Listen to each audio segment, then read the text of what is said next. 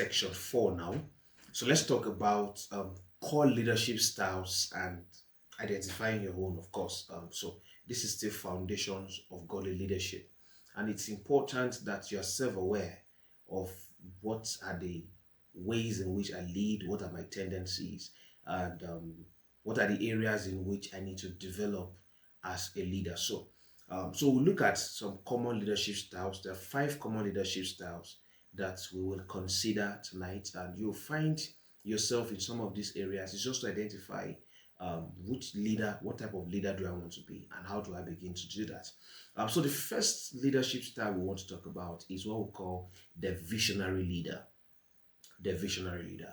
Now, if you are a visionary leader, some of the tendencies that you have is that you tend to always see the big picture. You are always focused on the big picture. You're saying, okay, this is where we are going, this is where we can be. All right, so there is energy towards the big picture. Always the big picture.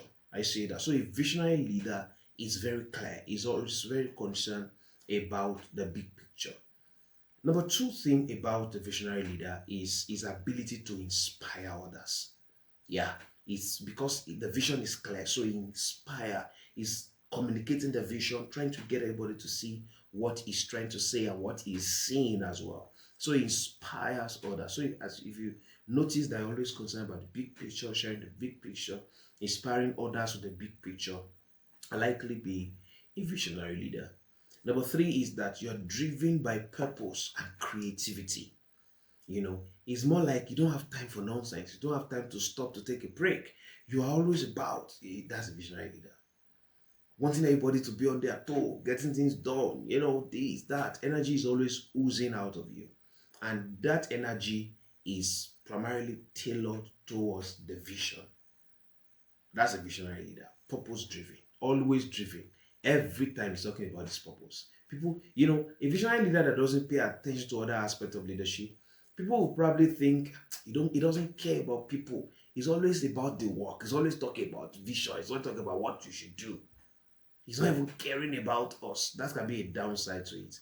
But the blend is to, wear more than one hat, learn to operate in more than one scope so that you're an excellent person in every aspect of your leadership. Number 2, leadership style that we'll talk about is the servant leader.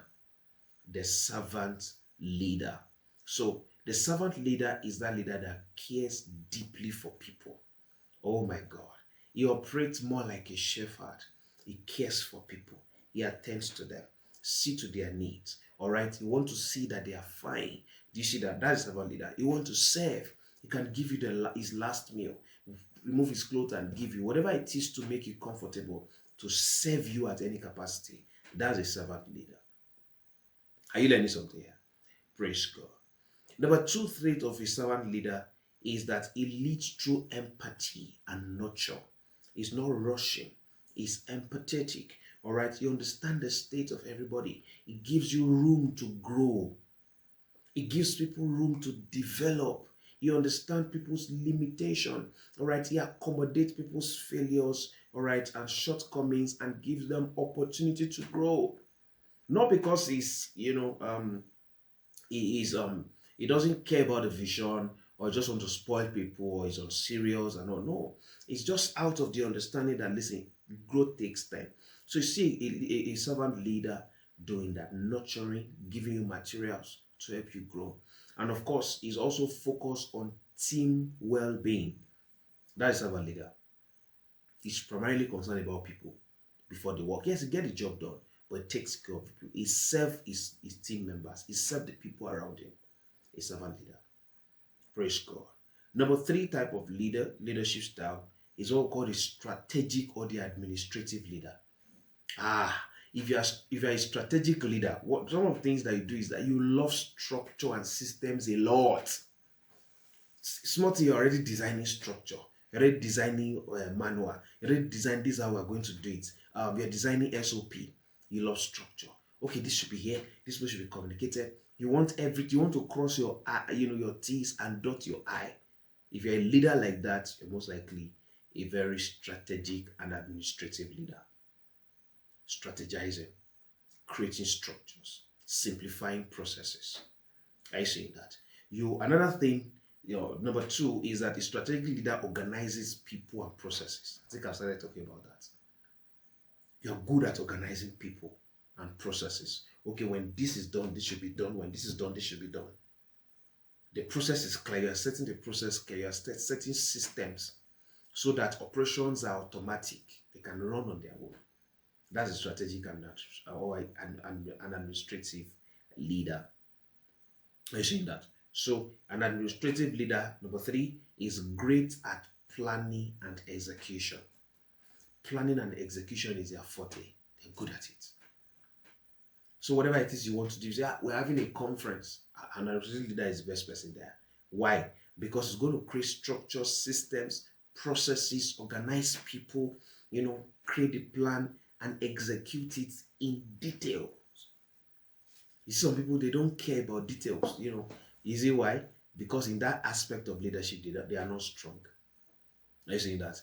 Number four type of leadership structure is what we call the mentoring or the teaching leader. The mentoring leader or the teaching leader. So the mentoring leader is primarily concerned about developing and equipping others. So he's always running trainings, he's always running discipleship system, he's always running one courses like that and like that and like that. Why? He's primarily concerned about developing and equipping others. Okay, these things that I know, let's get many other persons to know it. Are you seeing that now? A mentoring leader is also good at explaining, guiding, counseling. That's the mentoring leader. It's just one question you ask like this. He has explained for 20 minutes. He has spent 10 hours explaining. I'll be like, it's just a yes or no question I'm asking you. But you have answered it in 10 hours. Why? Because he is a mentoring leader. He's a teaching leader. So he wants to teach you. He sees every opportunity to equip, to release a virtue, to add a blessing to somebody's life. Are you seeing that now? That's a mentoring leader. Are you learning something here? He's good at explaining, guiding, teaching. He deploys that as his primary means of being a blessing to people. And then we now have the number fifth. I said I was going to share 5 with you. The fifth one is the influencer or the charismatic leader. The charismatic leader motivates through presence and energy. When he enters a room, everybody knows he's around. There's just an energy, there's just an atmosphere that he works with. I see that. That's a charismatic leader or an influencer. When he talks, like there is just a vibe around them. If you're like that, you're a charismatic leader. You have an aura, you have a courage. You command presence, you command attention. Charismatic presence. You see that now? And of course, a charismatic leader easily draws followers. People will easily follow you and naturally want to be around you and associate with you. I see that now. Praise God. So yeah. So this is my question to you. Out of these 5 leadership styles, which style describes you most?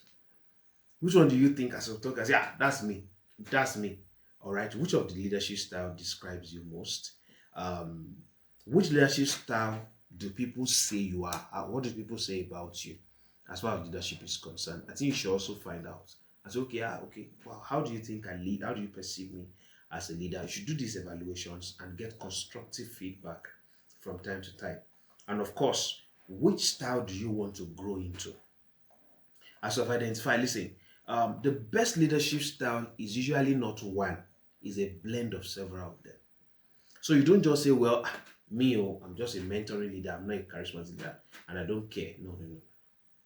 All right. To be an excellent leader, you have to blend more than one leadership style. All right. Because the skill that is needed per time may vary. So you must be excellent at deploying the best version of what is required per time. Do you understand that now?